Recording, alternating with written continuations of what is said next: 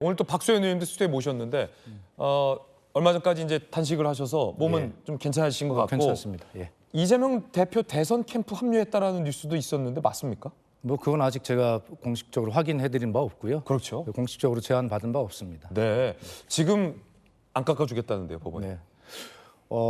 제가 법률가는 아닙니다만 두 분 전주혜 의원님과 정혁진 변호사 법률가이신데 이 오늘 토론의 범위를 명확하게 했으면 좋겠습니다. 오늘은 공직선거법상 허위사실 공표에 관한 이야기를 하고 있는 것이지 대장동의 본질에 관한 이야기를 하고 있는 것이 아니거든요. 다 설명드리겠습니다. 왜 무죄를 주장하냐면 첫 번째, 고 김문기 씨를 알았느냐 몰랐느냐 이 부분에 대해서 이재명 대표는 이런 억울한 악마화된 이미지를 덮어쓰고 있는 것입니다. 어떤 것이냐면 자기가 빠져나가기 위해서 살기 위해서 자기 부하 직원도 모른다고 잡아떼는 아주 파렴치한 철면피 같은 그런 사람이다라고 하는 이미지가 이미 악마화되어 있어요. 그러나 자 보십시다. 자 1심에서 성남시장 재직 시에 김문기 씨를 몰랐다라고 거짓말했다. 이 부분 무죄를 받았어요. 그것은 뭐냐면 이재명 대표가 나 성남시장 재직 시에는 몰랐으나 나중에 대장동 문제가 되어서 이 문제가 뭐냐라고 경기도 도지사 재직 시에 알아보니 김문기 씨가 많이 관련돼 그때부터는 알았다. 이것이 정확하게 나도 한 얘기예요. 그래서 이분 무죄가 되었습니다. 그러면 부하 직원을 모른다고 악마화된 이재명 대표로서는 1심의 무죄에 대해서 얼마나 억울한 상황이겠습니까? 우선 이 부분 말씀드리고요. 또 고 김문기 씨를 몰랐다라고 한 거짓말에 하나 남은 것이 뭐냐면 지금 얘기한 사진의 문제예요. 자, 2013년인가요? 국민의힘의 박수영 국회의원께서 어떻게 했냐면 그 10명 정도가 찍은 그 사진에서 이재명 대표와 그다음에 유동규 씨, 고 김문기 씨가 포함된 4명의 사진을 잘라서 페이스북에 올리고 이랬는데도 골프를 안 친 겁니까? 라는 취지로 이야기를 했어요. 자, 확대하지 말자고 하는 거. 이 재판은 뭐냐면 그것에 대해서 이재명 대표가 언론에 나와서 한 얘기가 있어요. 이것은 10명이 찍었는데 이렇게 4명이 잘라서 조작해서 사진을 올리고 제가 골프 친 것처럼 그렇게 이야기를 하는데 이 사진이 조작된 겁니다. 라고 이 사진에 대해서 박수영 의원이 올린 그 사진에 대해서만 설명을 한 것이고요. 이 4번 나간 그 방송에 대해서 어떤 방송에서도 나는 김문기 씨와 골프를 치지 않았다라고 한 발언을 한 적이 없어요. 그렇기 때문에 2심 재판부가 아까 박정희 의원께서 2심 재판부가 어떤 것을 보는 것이 중요하다고 말씀했는데 2심 재판부가 검찰에 성명을 요구한 것이 그러면 이재명 대표가 방송에 나가서 이야기했던 방송 중에 어떤 부분이 검찰이 공소사실과 부합하는가 설명해봐라고 얘기를 했어요. 2심 재판부 이해가 안 간다는 것입니다. 정리하면 골프를 치지 않았다라고 발언한 적이 없습니다. 그런데 검찰이 대법원의 판례를 무시하고 이 부분을 확장해서 저 사진을 보고 이랬으니까 골프를 쳤을 거야라고 기소를 제기한 거예요. 대법원 판례도 어긴 검찰의 어거지 기소입니다. 그렇기 때문에 무죄라고 저희는 주장을 하는 것이고요.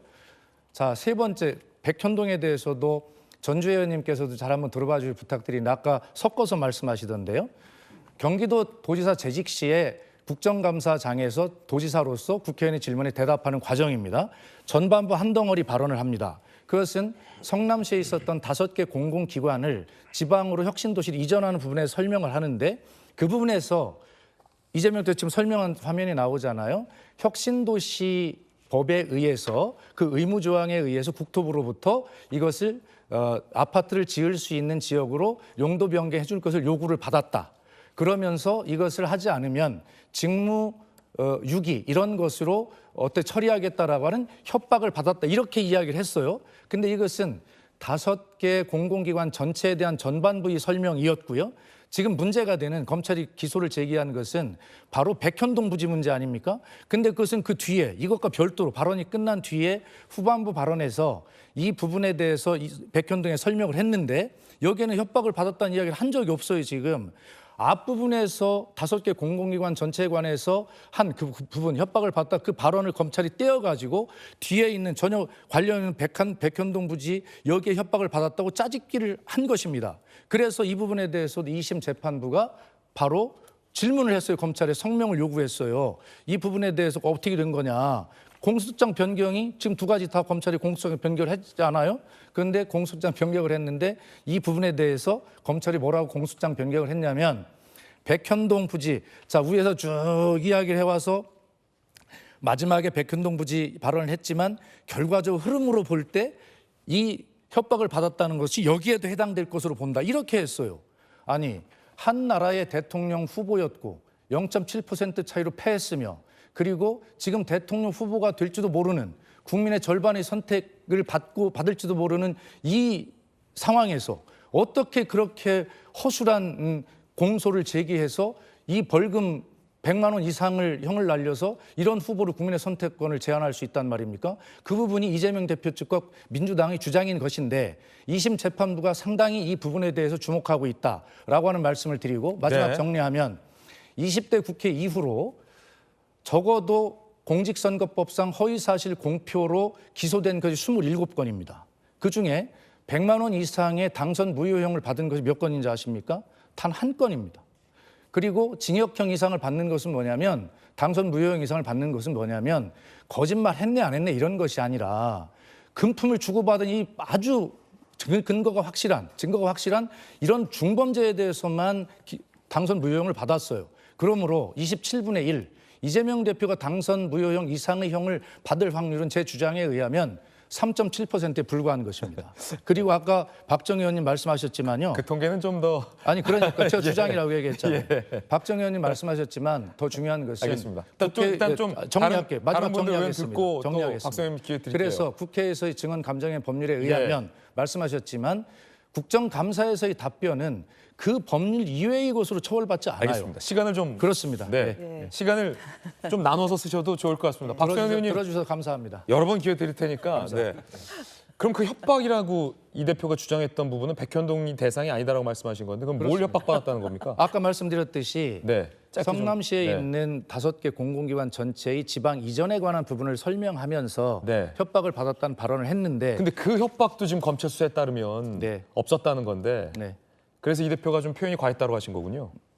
어떤 문제에 대해서? 그 성남시에 있는 그렇죠. 네. 그 기관장으로서 답변은 그 협박은 심한 없었다라는 압박을 건데. 받았다는 네. 표현을 알겠습니다. 현장에 답변을 하다 보니 협박으로 표현을 했다. 네. 그러나 그것은 이 백현동과 전혀 관계가 없다 이런 뜻입니다. 좀 네. 보충을 해도 될까요? 이 대표 발언 한번 들어보시고 예, 네.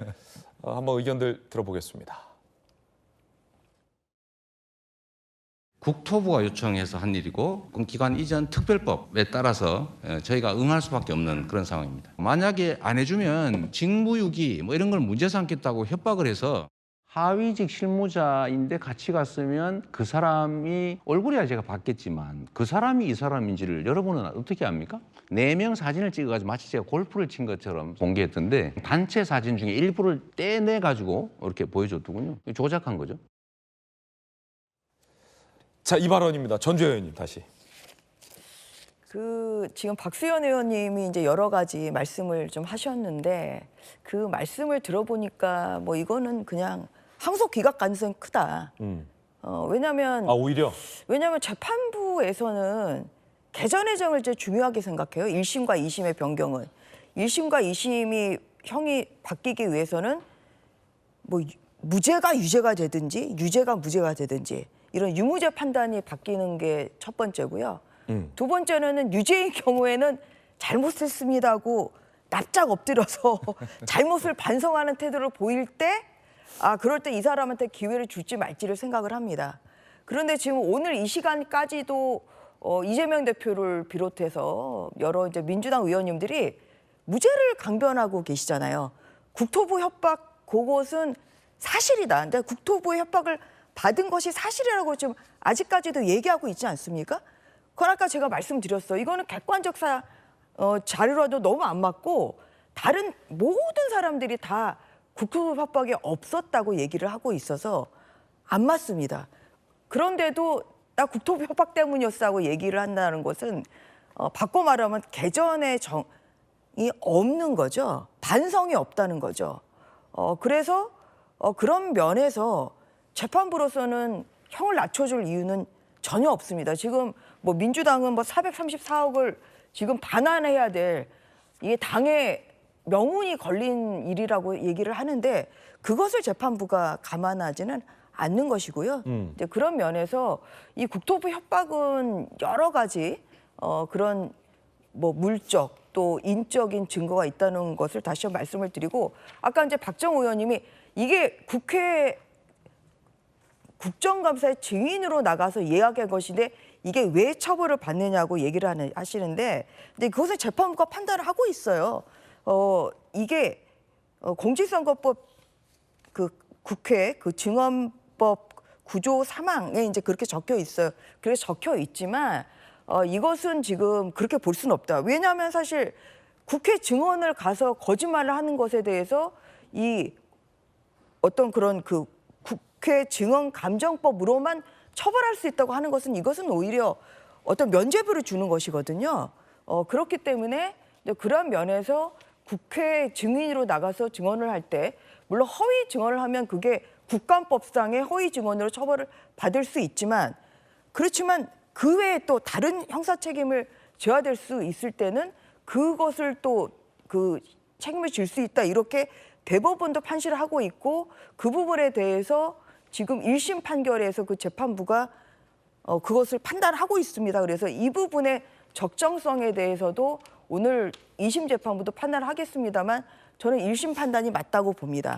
그다음에 또 하나 말씀하신 게 왜 그러면 내가 증인으로 나가서 이야기를 한 것이고 내가 대선 후보로 나가서 얘기한 것이 아니라 국감에는 증인으로 나가서 얘기를 했는데 왜 처벌을 받아야 되냐 아까 그런 말씀하셨는데 2021년 10월 10일에 이재명 후보가 민주당의 대선 후보로 확정이 됐습니다. 경선은 9월 4일부터 했어요. 그리고 제 기억에는 이 국회에서의 증언은 그 이후 그 대선 후보로 확정된 이후에 한 그 날짜로 제가 기억을 하고 있는데 공직선거법에서는 후보자뿐만 아니라 후보가 되려는 사람까지 포함을 하기 때문에 결국은 경선이 시작한 2021년 9월 4일부터 관련한 발언은 모두 다 허위사실 공표죄가 될 수 있습니다. 그렇기 때문에 이 증인으로 나가서 증언을 한 것도 공직선거법상 허위사실 공표죄 대상이 된다고 말씀을 드리고요. 이제 앞서 이제 그 대장동 관련해서 발언을 한 것은 이것은 박수현 의원님은 김문기를 몰랐다는 것이 정당화된 거라고 얘기를 하는데 그건 아니고요. 1심에서 이 부분 무죄를 판단한 이유는 이 기억이라는 건 행위가 아니지 않냐. 내가 몰랐다 알았다는 이 머리에 있는 기억의 영역인데 이 허위사실 공표죄에서의 처벌 대상은 행위다. 그래서 이 기억은 행위가 아니기 때문에 몰랐다고 하는 이 발언이 이것이 행위의 영역은 아니라 그래서 이제 무죄를 선고받았다는 것입니다. 그런데 2심에서 관련해서 좀 공소장 변경이 이루어졌죠. 그 김민구 씨 관련한 부분은 공소장 변경이 이루어졌기 때문에 그런 면에서 좀 오늘 이 판단도 저는 달라질 수 있다. 달라질 수 있는 영역도 있다고 생각합니다. 네, 다시 박정우 의원님. 네. 1심에서 판결이 어떻게 났다고 해서 그걸 참조는 하겠지만 그것을 가지고선 똑같이 하면은 2심의 의미가 없잖아요. 그래서 모두에 말씀드린 것처럼 1심과 2심에서 관점을 어떻게 보느냐에 따라서 다른 것 같습니다. 그래서 지금 1심의 판단은 피고인이 김문기와 함께 간 해외 출장 기간 중에 김문기와 골프를 치지 않았다는 것으로 판단했습니다. 왜냐하면 근데 그 근거가 되는 것이 국민의힘에서 제기한 10명이 같이 찍은 사진 중에서 4명, 공교롭게도 또 골프 4명이 쳐야 되니까 그 4명에 대한 걸 강조하려고 그러는지 모르겠지만 그렇게 시작을 했어요. 그러면서 여기가 이제 골프, 조작 이런 단어, 이런 말을 처음 듣는 사람들은 이 사람들의 한테 남기는 인상의 정도 또 마치 제가 골프를 친 것처럼 부분과 조작한 거죠. 이렇게 하니까 이 두 부분 간의 호응 관계 이런 것들을 해서 일반인 선거인 입장에서는 이 사건 골프 발언의 의미는 김문기와 함께 간 해외 출장 기간 중에 김문기가 골프를 치지 않았다는 걸 판단해서 선고를 했거든요. 근데 문제는 뭐냐면 인상의 정도, 호응의 관계 이렇게 어려운 용어들이 나와요. 법률 용어들이 이렇게 어렵지만 근데 결국은 재판부가 인상의 정도, 호응 관계로 유추해서 판결했다는 의미입니다. 이거는 이재명 대표는 김문기와 골프를 치지 않았다는 발언을 한 것이 아니라 유추해보니 그렇게 발언했다 이렇게 한 거죠. 그러니까 유추를 했어요. 그렇기 때문에 그 유추에 대한 것들이 얘기한 것처럼 안 했다, 골프를 안 쳤다는 걸 한 게 아니고 골프를 쳤다는 것, 그 증거들에 대한 것들이 조작됐다는 거를 얘기를 한 거기 때문에 관점을 달리 봐야 된다는 얘기고요.